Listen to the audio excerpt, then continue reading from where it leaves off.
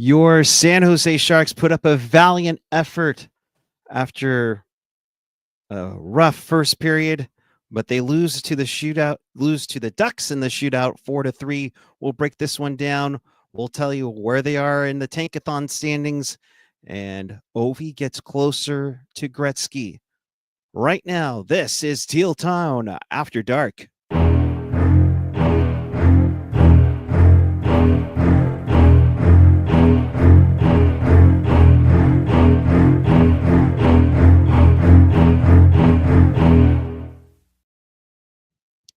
Good evening, everyone. It is April 1st, and we are not fooling around here. The Sharks lost, but they also gained a point in the standings. Welcome to Teal Town After Dark. This is your live interactive Sharks post game. We do this after every single Sharks game, home and away.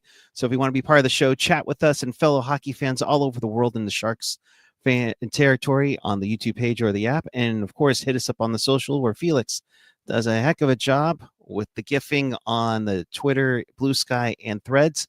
Find everything at tealtownusa.com. And hey, if you want to support the pod, because, that'd be greatly appreciated, hit us up at Venmo at Teal Town USA or on a super chat donation if you're watching us live. And if you're watching us on the replay, leave a comment down below on what you thought of tonight's game. And with that, I'll come to Felix Chow to ask his thoughts on tonight's game and a little more. Bud, how are you? You doing okay? Crazy game. Yeah, for sure. It was a game. Honestly, it was an interesting game. I'll say that. Because if you judge the game from the first period, you'd think that the Ducks would basically have this game on a platter. But obviously that would not turn out to be the case. The Sharks would actually show some bite late. So yeah. Who knew Ducks had teeth that badly? And it showed really, really early, Felix. Anaheim was out shooting the Sharks 6-0 about 2 minutes in, just as Trevor Zegras would score his 10th of the season from Colangelo and McTavish. I'm surprised Zegras has just 10 goals on the year. I know he's been dealing with injuries here and there over the last couple of seasons, but Zegras with his 10th, and you're thinking, this is going to get ugly quickly. Yeah, and on Zegras, look, what I know about him and the Ducks is last I sort of understood, looked at their team as a whole. It was about can Zegras is Zegras really a fit on this Ducks team? And you and I know, for a while it seemed like they were still trying to find their identity, and now it seems like it's all sort of coming together. And so, am I surprised that he only has his 10 goals on the season? Sort of, but at the same time, it's maybe this is him finally figuring out his game with this system that the Ducks are trying to play. So yeah, and you're thinking, oh boy, that's not looking good. But the Sharks came back just a few minutes later, where Shakir Mukhamadullin, and he was prominent in this game for unfortunately all the wrong reasons later on. As he would get set up for this shot here. And it's one of those ones I think Dostal, who had, I think, an exceptional night early on. Mm-hmm. That's one that he really wishes he had back. Yep. You never want to let a goal through the 5-hole, but that's what happened. And you know what? Simple shots to the net. That's look, I know Drew always talks about getting shots to the net all the time on the broadcast, and you saw what happened there. So good for Mook. Mook with his second this season, that tied it up 1-1, but the Ducks weren't done in the first period. After a slashing call from Macklin Celebrini, Lacombe with his 14th of the season from Zegras and McTavish would give the Ducks a 2-1 lead. Lacombe having a heck of a year for Anaheim, and he's been on a hot spell lately. Then the Ducks would get into a little bit of penalty trouble. Zellweger with the hole in a stick, Hellison with a high stick. The Sharks had another 5-on-3, Felix, and they cannot do diddly poo. I believe they only had one shot on goal in that 5-on-3, and it's just it's one of those things where they keep getting you get frustrated over with. Yeah, I wonder, as much as I'm a huge fan of this skill in this league, and obviously with the young talent that we have, I do wonder if too much skill is not such a good thing sometimes, because then obviously, Mac is Mac, and we have all these players, these young players who have all the vision and the awareness, but sometimes you can get a little too cute, and we've seen what happens when that goes on. And when you try to set up for the perfect play, and maybe you start shooting, and then those get blocked, it turns into a whole thing. And so I think that's kind of, the Sharks are trying to figure out what works on the power play still. This is my opinion. Yeah. So 2-1 after one. High scoring. I mean, like 28 total shots in the first period. Practically nothing happened in the second period. Yeah. And then the third period happened, and I'm having some tough time here with this. We'll show you that part in a second. Let's show you what initiated what you just saw, which Right. was Mukhamadullin takes a cross-checking call here. Yeah. He cross-checks the guy in the arm. Okay. Mm-hmm. Mm-hmm. Yeah. And then the guy magically falls down. I didn't know a cross-check can make you fall down forward. Maybe backwards, sure.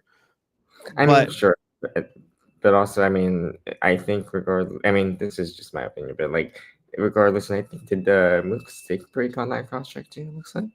it looks like it. Yeah, but anyway, so I think even if the Duck player didn't fall there, that's still a cross check. But Yeah. like, yeah, that gift that you're about to play, that was interesting how it was called, but okay. Yeah, Vetrano comes to confront him.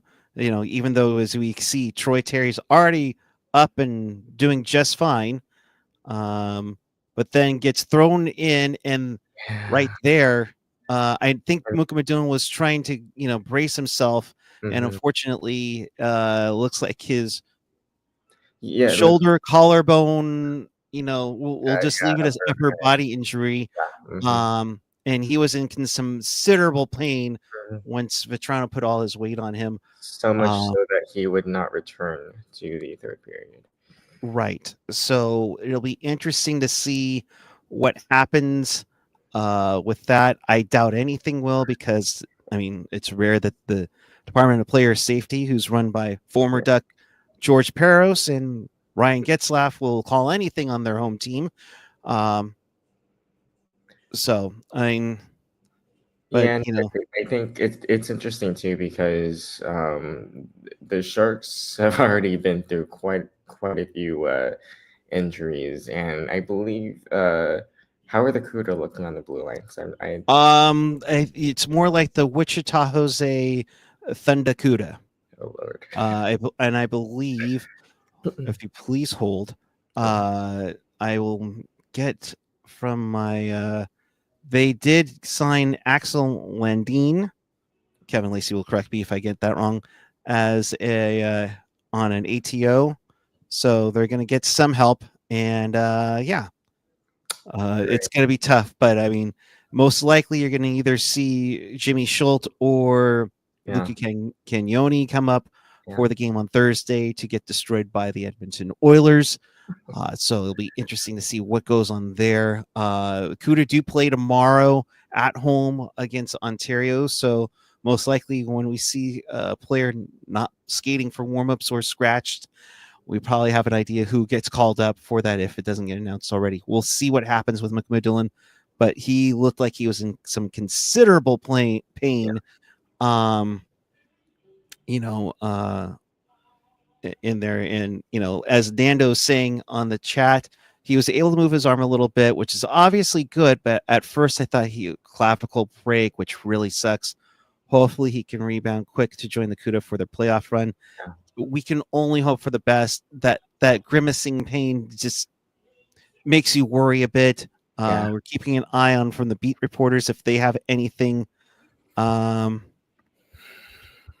we'll see what goes on. If we hear anything, of course, we'll let you know Right. on here. But Sharks were down 3-1 at the time, and they make a interesting run at it. You know, Yep. they made the goal, make it 3-2. Is this the one? Yes, this is the 3-2 goal where Dostal gets harassed by Colin Graff. I'm just going to leave that right there. He goes, Dostal leans to his left and then falls down, and he's hurt. Just going to leave this there for a sec, because Graff touched the goalie and he goes down like a ton of bricks. And then what? Oh, I'm fine now all of a sudden. Oh, I'm fine. Meanwhile, while two Ducks players go after Graff and Graff has to come off the ice, Graff walks in. Oh, I'll just take this shot and score. I mean, yeah. Felix, what are we doing here? I thought we were playing Anaheim, not the 2011 Vancouver Canucks. I don't know. That definitely wasn't like, I understand as a goalie you want to sell every call possible to go your way, but that's a little much in my opinion. But big time. Big time, dude. I mean, again, like the goalies will do whatever they can. Like I respect the hustle there, but like, come on, like yeah, definite still job by Dostal. Yeah. Like, and I think I saw a tweet that said, or someone tweeted it, but he was trying to sell a goaltender interference call. Seemed like so. That's fine. I mean, how many more penalties did they want tonight? Because they got two. After the Vlasic goal to make it 3-2. Right. And then Lund goes off for hooking. Then Goodrow goes off for tripping. Mm-hmm. Ducks get a 5-on-3. And I mean, I think, what was it? Mario Ferraro was out there for like practically 3 minutes. Something like that. Yeah. But nonetheless, Sharks would tie it up on the. I think it was on a Wenny goal. On the Wenny goal, which beautiful play. Let me see if I can pull this up on the fly here because it didn't load up right now. A beautiful play by William Eklund to find him in just a beautiful cross crease pass. Mm-hmm. I mean, just the vision on that pass too, just like the awareness to like check his right shoulder, see spot Wenny there, and then just great pass. I'm not going to say that reminds me of Joe Thornton, but that was a bud. Way to play for the boys, bud. Yeah. I mean, it's just nice play by Eklund, and he has that sneaky feel to it. Yeah, he's like, because I mean, he's just really good on his edges. He's got the vision, he's got the hands and skill to make plays, and obviously we know he can score goals. He's just he's offensively, I think he's got a really good package going. So right, he was selling a brand new Kia Sorento with that move. Oh geez. So that game was tied up at 3. The Sharks would pick up a point, go into overtime. Crazy overtime. I think both teams had a number of chances. I think both teams had it 3-on-1. Yeah. I mean, we talked about Dostal earlier and how he had a pretty big night, especially in the second and third periods where the Sharks just outshot, the Ducks in the second. Meanwhile, they only get 3 shots on goal in the third and 2 go in. But you can give credit to Alexander Georgiev for keeping them with a 1-point effort. Yeah, and it's funny because the broadcast, I think it was Randy saying that, earlier in the game they might have gone with Dostal for first star of the game. Georgiev, that like essentially like they were giving high praise to Georgiev, and he had a hell of an overtime. Yeah, he had a heck of an overtime. If it weren't for one shootout goal, uh, we either be still playing or having a great effort all around. So the Sharks lose in this one. No luck whatsoever in the shootout with Smith, Celebrini, and Sorry. Toffoli. By the way, for the shootout, I think both Zegras and who's the winner on the shootout winner again? That was McTavish. Yep. Could they go any slower with their shootout moves? Hey, that's that anticipation, though. It's one Oh, of sure. those. It's one of those things where it's like, oh, like waiting, and then you're just over anticipating, and then you just stop and try to wait for it, and then out of nowhere. Sure. And like I will say this. I will give Seagrass credit for the creativity there. Like I mean, I mean it probably was around the same ballpark as when Kuznetsov goes slow in Yep. the shootout and then picks up speed. But man, I was like, okay, he's just dilly dallying around, and then suddenly he picks up speed and thankfully hits the post, and we know what happened the rest of the way. Yeah. I did it look like McTavish pulled the puck back? It looked close, but I Yeah, thought it was okay. Yeah, it looked close, but I think Drew was saying like, you have to have forward momentum, and I think he had enough forward momentum for it to count. So yeah, I agree, it was close. Yeah.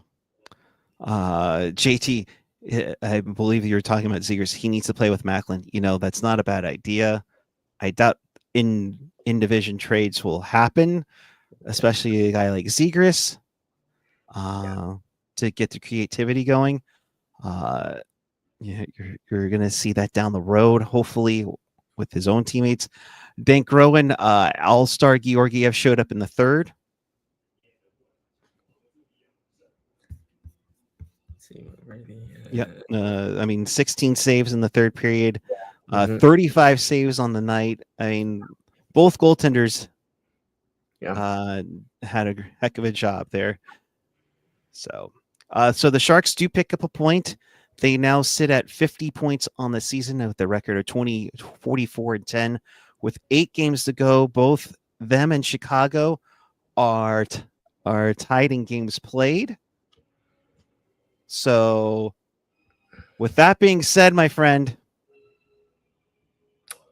it is time Yeah. Yes. for Tankathon. So just to give you a heads up, 8 games left for both Chicago and the Sharks. Chicago has that one win that gets them to 51. They also have 18 regulation wins, which is the first tiebreaker right now. So Sharks would have to leapfrog Chicago with 5 wins in their last 8 games. Not happening. To keep the tiebreaker on any point. So lost 3 in a row for both teams. You're looking at that. With 8 games left, the Sharks can only get to 66 points there. So they are assured at least, at no worst, a top 5 draft pick. They'll finish 30th in the league, but for Shiggles, all right, I can live with that. All right. Yeah. It goes up 6 spots to get the draft lottery win. San Jose is still with the number 1 spot. So we're just gonna do that. Let's not get Yeah. into anything else. Yeah. Sorry, I was gonna actually comment. I actually think that Pittsburgh jumping up that many spots to get the second overall pick is funny because considering the players they have now, and they still have Sid and Malkin, and it's like, well, obviously Sid was hoping for a deep playoff run. That was not going to happen whatsoever. But No. yeah, like it's just I don't know what to make of Pittsburgh right now. I don't know what they'll do in the offseason. I don't know if Sullivan and Quinn make it through. I mean, it's tough. it's tough to look at that. JT I meant Eklund. Gotcha. I mean, Hmm. not getting wrong too. I mean, crafty players with maneuvers that as you could say, moves like Jagger or moves like Eklund. I think really, really what they need in the in this team right now, because it's tough. Yeah. Um, And you know what else is tough? I don't know if you're ready to segue yet, but um, getting that close to the Gretzky goal record. oh, you are good, my friend. Yes, we will. I saw a thing for NHL wraparound. Wasn't expecting to do a full one, but you know what? Why not? So, yes. Yeah, Earlier tonight, Alex Ovechkin gets to goal 891 in Boston. four Uh, goals. because That's so 4 goals to go, and how do you leave him wide open like that? I mean, that's it. I mean, because one, that's OV, and two, that's also Boston's season, and that Yeah, it's a tough one there. yeah, So 891 for Ovechkin, and I believe, if I'm not mistaken, my friend, like all but I think one or shoot, I lost you there. Sorry, oh, and okay, that was quick. removed you by accident there. But I Okay, believe like all but two Caps games are going to be televised nationally. So be on the lookout for that. and Let's check here. now I believe Gretzky is going to be um, traveling on the road to watch it all happen. Yes, it should be activated to where all the huge things for Ovechkin really comes into play now. With it, I'm trying to pull it up. I think it was AJ that had it on his Twitter for it. Sorry, folks. I'm trying to find it here. I can't find it. Well, dog snabbit. Um. Oh no, here we go.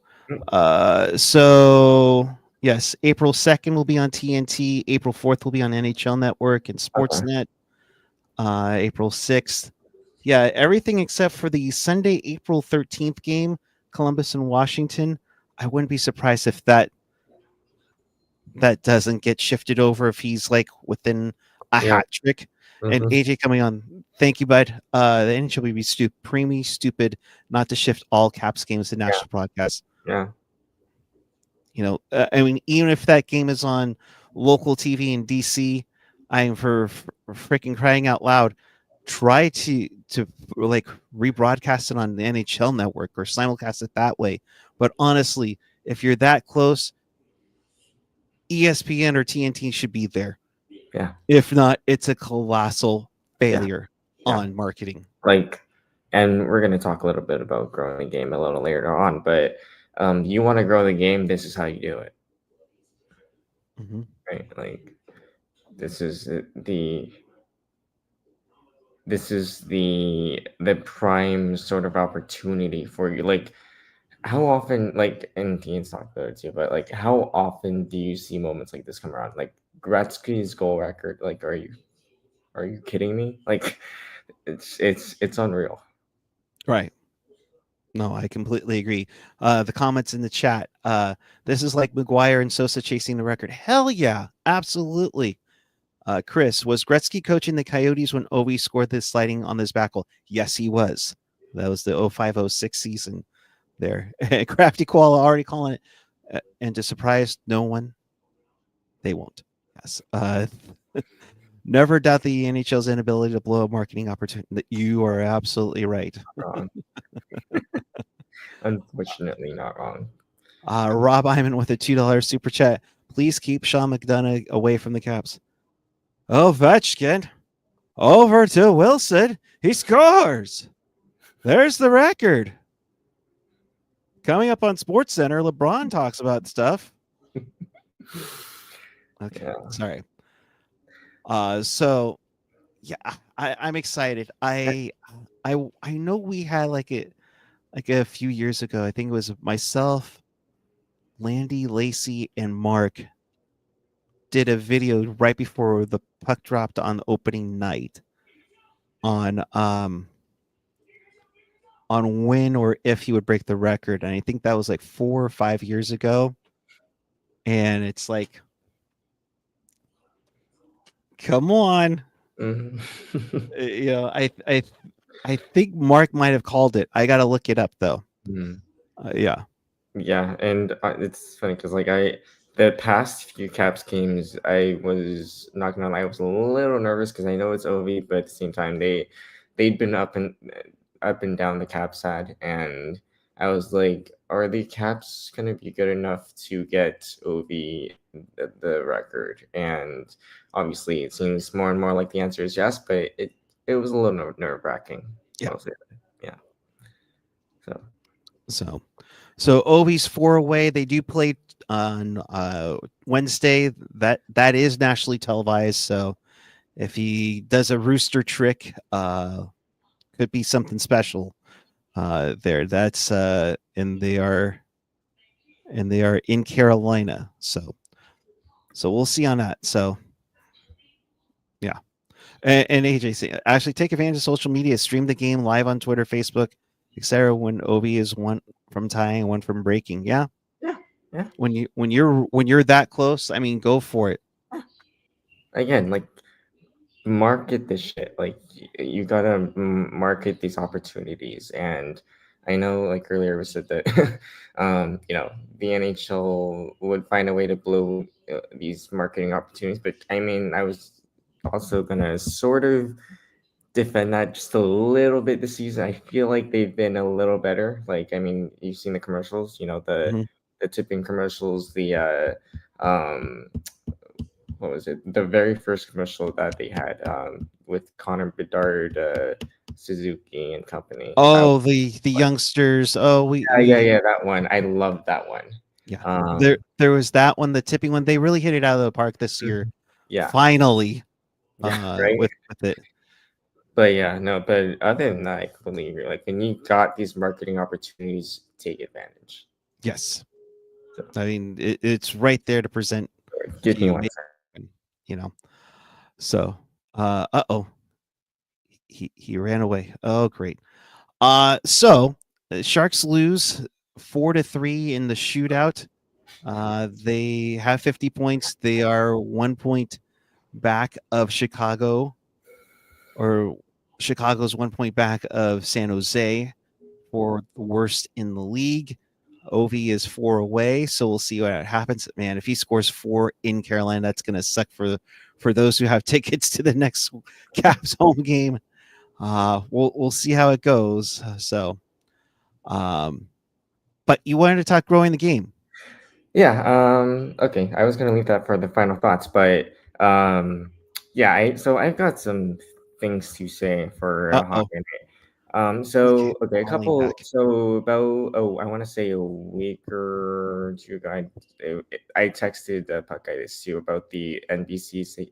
There was an NBC segment basically that my because my dad was watching the news and it just happened to be NBC Bay Area, and they had this segment where they were interviewing Kat Toffoli and um Oh, I didn't realize I was sold now. But anyway, so they had the segment where they were interviewing Kat Foley, and about her podcast that she does, and it's a really interesting podcast, by the way. But um, and so one of the I think at that time it was like the whole sleepover thing, and that all that stuff, and then my dad made a comment saying that when they were showing a photo of Tyler Toffoli and with his wife Kat, and he was towering over her. Like he's like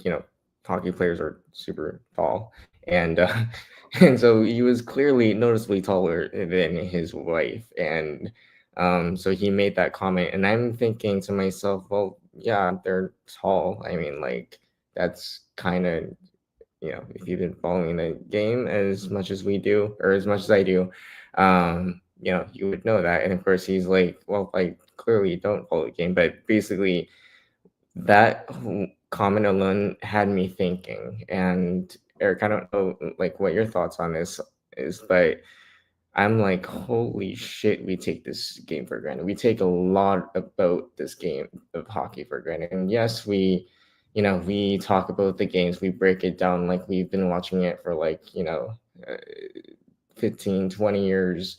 Um, but I'm thinking about it and I'm like, we, and again, this is what we do, but like, we talk about this game, the strategies, the player development, um, like we are basically, well, I'll say like we're experts on it. And there are people out there who are like, what's icing? What's offsides? What's a saucer pass? And the questions just keep piling on. Right. And I'm like, and again, it just goes back to my point where I'm just like, we take a lot of this for granted, like, and I feel like, in order for us to grow the sport even more, is we need to start demystifying these concepts within hockey, like, whether it's the 1-3-1 power play or the neutral zone trap, whether it's the 1-2-2 forecheck or the F1s, F2s, F3s, those terminologies. And we need to figure out a way to make that language more accessible, and quite honestly, gatekeeping. I can talk. Stop keeping this sport for casuals. Yeah,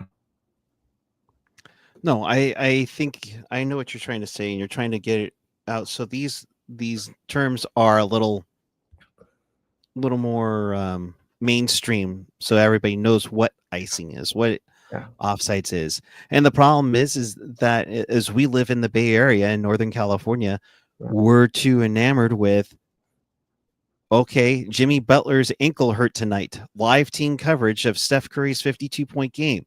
You're going to get maybe a 20-second blip on the news about how the Sharks came back from a 3-1 deficit.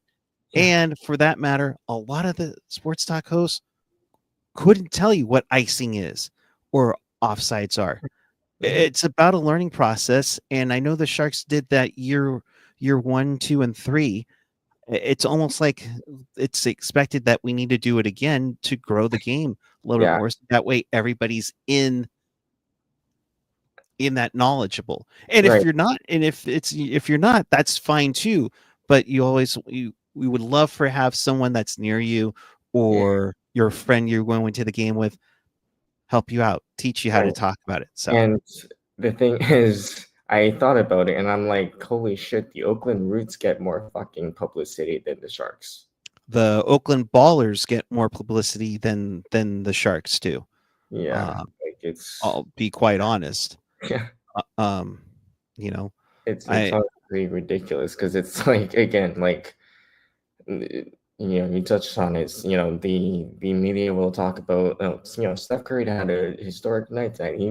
He went three after three after three. Meanwhile, Macklin Celebrini tries a fancy little move, and literally it gets nothing. right, and that's the thing. And oh, I should also say, it's not his moves that gets publicity. It's the fact that he's the son of a freaking Warriors employee. You Yeah, know, but I mean now it's time for that to be more than just that yeah, story um because he needs to get it going too. for sure, for Not sure. not gonna lie. I mean, Yeah, Celebrini's been on a little bit yeah, of and a drought. yeah, but I think at the same time, I think the expectations, like, I mean, obviously the expectations are extremely high for him, but the fact of the Sure. matter is he's only 18. Like, Right. yeah. But like, back to the whole main point is, I genuinely feel like, and I'm gonna bang this drum again, but I genuinely feel like we take this sport way too much for granted. That's just me though. Yeah, and it's a great sport, and I think you've seen where the strides have been made, but it can be done so much more better. And if people were exposed to it a little bit more, that would be great too. Absolutely. Uh, Hank Vesuvius, yeah. 3 games without a point, yeah. Celebrini has gone 3 games without a point. I think it's the first time he's done that in quite some time. He had a 6-game struggle right after Christmas, if I do not mistaken. Got dusted in the Calder race last week. I would say this week or Yeah. tonight matter. Lane Hudson had another 3-point night for Montreal, and he's starting to pull away. You can also look at Mitchkov, who's been on a tear since Torts decided I don't want to coach this team anymore. Yeah. you know, and I know Calgary's kind of fallen down, but Gilroy's Dustin Wolf has been getting some love. Yeah. There's a part of me that makes me think, holy crap, Celebrini may not even get a Calder nomination. I mean, but is it entirely his fault though? It's not entirely his fault, no. But down the stretch, you have Hudson pushing for a playoff spot. Montreal won again tonight Mhm. in overtime. You also have the Flyers, who are in a big East Coast team. So it's tough, Yeah. and it sucks, Yeah. and then you have Celebrini, who has gone on a 3-game cold snap. And I'm trying to think when. I think it was March 15th was his last goal, if I'm not mistaken. Yeah, March 15th is his last goal. That was against Washington. But Yeah. it's a struggle. But I mean, and yeah, he will get a nom. He just won't win. Yeah, but I could also see some East Coast writers going, Mitchkov, Hudson, Wolf. Also, And I would like to note that Mac's game is not entirely offensive, as we know. He's more of a two-way guy, so all the details of his game, won't get a whole lot of notice in these races. So I'm not entirely like worried because obviously we'd like for him to get the Calder, but sure, like, let's say obviously he doesn't seem on track to win the Calder anymore. But let's say that doesn't happen, he's gonna use this as motivation next season. yeah. And Nando's hitting it, I think, right on the head with you. We've had fun Mac. Let's see a dose of pissed off Mac, and we've seen pissed off Jumbo. Curious to see what pissed off Macklin Celebrini will be. My friend Russell from high school, give you a shout out. Cole Anderson, we gave him some love during the season. His son is a goaltender for the Idaho Junior Steelheads, but he writes in, hockey is the most underrated sport in the history of sports. Greatest game ever played. People don't follow it or understand it because they can't play it. And that's the tough part. Well, if you're doing such a good job with Sorry. Yeah. soccer, and you can translate it over to a sheet of ice with sticks. So I'm gonna slightly push back on that last sentence in that comment. You be nice to my buddy. Okay. No, but like, look, all I'm gonna say is look at Steve Dangle. Like, I mean, he's recently learned to skate and all that, but like, look, I as much as I want to find time, I have to find time to like actually get into organized hockey. But like, look, to me, like, yes, you can like playing a sport, helps a whole lot in being able to digest it. But I think understanding the concepts doesn't really require actually lacing them up. That like if you study the rules, if you watching enough games, and you actually have to watch a lot of games, to understand the sport. Watching the games, knowing what to watch for, I think Yep. those are the most critical aspects of um, understanding the sport. Doesn't matter if you're going to get into it, that's a whole other thing, but just Sure. understanding and respecting what this sport is, what is required of this sport, like the edge work, the hockey IQ, the defensive plays, and obviously the offense and the goals and everything. But like, I still remember decades ago, obviously, like the offense is what sells. So like, I'd be like, holy crap, what a pass by Jumbo, or like what a tip by Pavelski, and Mhm. on and on and on. But I don't think it was until recent seasons, especially this season, now that Macklin's in the fold, that I truly realized how much art there is involved in just the details of the game, from an opening face off to like a board battle, or like just getting the puck out of the freaking zone. Mhm. I'm like, this is amazing. you Yeah. know You have to kind of take it back a little bit and be exactly. like, wow, that's incredible. And not just doing it, but you're doing on skates. You're doing Yeah, on blades of steel, yeah, for that. So and it's that's something to the thing. behold. That's the thing a lot of people don't take into account. It's like, oh, they're just, the puck's going from A to B, but you're also, like you said, that's not accounting for the edge work involved in that, or like, William Eklund protecting the puck going into the offensive zone on the entry, and doing those kinds of things. And there's just so many things involved. And I just wish more people would see that. Yeah, I completely agree. So, But we appreciate each and every one of you joining us here on Teal Town After Dark. And you mentioned Steve Dangle. yeah. Yep, Steve Dangle coming to us not live from his house shortly. Maybe. Come on. Come on, Steve. Come on, make it happen. Please. Please. Oh, I love it when things just don't work right away, and then you have to shoot for time and time and time. Yeah, yeah. But So hey, at least the meet and greet was funny. yeah, that was a blast. That was a blast. I still can't believe that happened. But Puckguy skates circles around Dingle. I appreciate that. I probably could, but let's not tell him that. Paul Medina, tell Jonathan Becker to get a sheet of ice in Willow Creek. Let me be honest here. They've known about about that for years. I've been telling them about that for years on that. But Dangle, what were you saying about our show? Teal Town After Dark. That sounds like hockey, but in underwear. Thank you, Steve. And Jules, I know you're watching. I'll take my $100. You can send it to Venmo right now. So appreciate that, and appreciate all of you joining us this evening. And in case you missed anything, or you want to watch this again, check us out on tealtownusa.com or wherever you get your podcast. The audio version will be up in a little bit once we go off the air. And of course, you're watching us on YouTube. We appreciate it. Thank you for watching. Click that like button or that woodish glove. Click subscribe.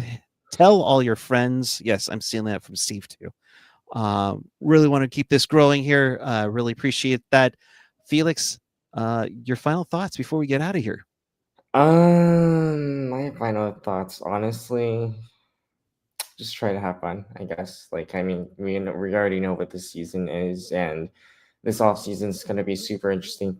Micro, please address the blue line, please, please, please, with a cherry on top. Yeah. But yeah, no, I look again, just have fun. Just take the season for what it is and not what could have been. Mac might not win the Calder, but at the same time, we get Mac and we get to appreciate his greatness whenever he's on his game, and even when he's having an okay game, just the way he backs, holy crap. But yeah, and also, Puckguy and I might have some off-season content planned for growing the game, so maybe. You can't say anything yet. Shh. Okay, never mind. You didn't hear that. Let's keep them on their toes. You want to show your hand in poker, I'm just saying. Just saying. Ever since the bus scrapped Macklin's ride, no points. Yeah. All right. Nicholas Howard, thanks for the loot, guys. I won the email and the thing the other day. Appreciate you on that. Hank, I don't know where you saw me. I saw Puckguy at a CUDA game a few months back. Cavs like Bernie's Pythons. Dangle doesn't have a chance. Oh boy. You haven't seen me skate. By the way, if you really want to see me skate, text you 2:30 on Thursday, where I make a fool of myself and I'm huffing and puffing. So that'll be fun. All right, so that we'll be out of here. I believe it's you and me on Thursday. I'll be at the tank doing the show. Felix will be in his beautiful loft and workout area. I see he's got the pull-up bar behind him, so you know he's working on the muscles. Everyone, watch out. But we'll be back with you on Thursday following Sharks and Oilers. That is an ESPN game, so we'll be on probably around 10:45. No, I'm kidding. But it'll be a little bit later because that's how ESPN usually works. So thanks for watching, and until Thursday, keep it real, keep it teal, keep it real teal. Have a great night, everyone. Oh, Jules, there's all three of them there. Woohoo! All right, heal me money. Good night, everyone.